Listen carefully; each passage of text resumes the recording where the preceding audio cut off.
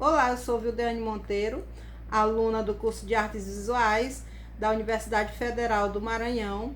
Iremos falar um pouquinho sobre a arte gótica e suas influências na arquitetura. Nosso objetivo é compreender as manifestações da arte gótica e como ela representou uma revolução na arquitetura em seu tempo. Durante o século XII, a Europa passou por algumas mudanças sociais. O Papa Urbano, preocupado com o avanço do islamismo, realiza na cidade de Clermont, na França, um concílio. E um dos objetivos era conquistar a Terra Santa, a famosa Jerusalém. Por consequência, durante as 8 cruzadas, muitas terras foram conquistadas e houve uma abertura comercial para com o Oriente. Essa abertura foi fundamental para o surgimento de uma nova classe social chamada de burguesia. Então, para entendermos o que era essa tão falada burguesia. Então, classe social era uma classe social formada por pessoas que detinham um mecanismo de acumular dinheiro, capital, de modo que, acumulando riquezas, podiam exercer funções políticas e sociais importantes. No século XVIII, vão se erguer contra a monarquia, sendo que nosso atual sistema social é o resultado destes acontecimentos. No século XII, alguns locais já contavam com um estilo diferente de igreja, maior, mais alta. Os estudiosos chamavam pejorativamente de gótica. Fazia-se uma referência aos bárbaros godos que saquearam o Império Romano. Então, com o avanço da economia burguesa, as cidades viraram os centros urbanos de encontro, comércio e política. Com isso, tudo ao entorno muda. As principais cidades passam a ser muradas e chamadas também de burgos.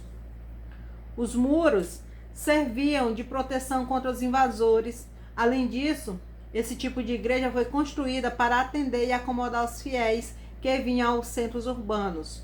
Queriam demolir as pesadas paredes e as janelas pequenas, que causavam uma escuridão típica das abadias românicas, que seriam aumentadas.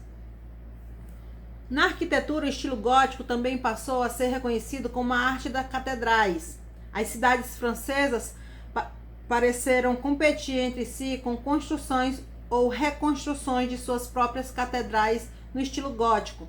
A fachada de Chartres, Notre-Dame de Paris, de Reims, Notre-Dame de Amiens e a Catedral de Beauvais.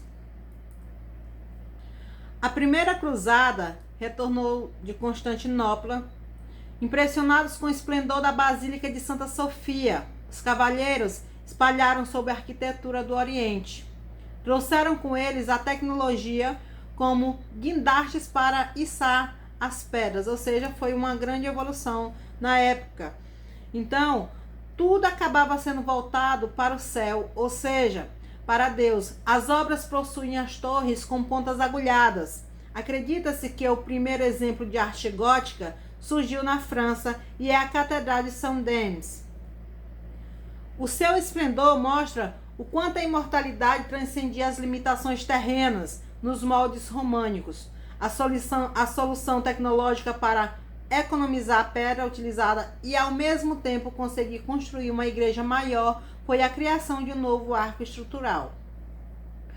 Como exemplo dessa arquitetura e grande feito na época, nós temos o arco ogival, que foi uma das grandes inovações arquitetônicas. Somente o formato dele, mais pontiagudo, possibilitou que a igreja fosse mais alta e utilizasse menos matéria-prima.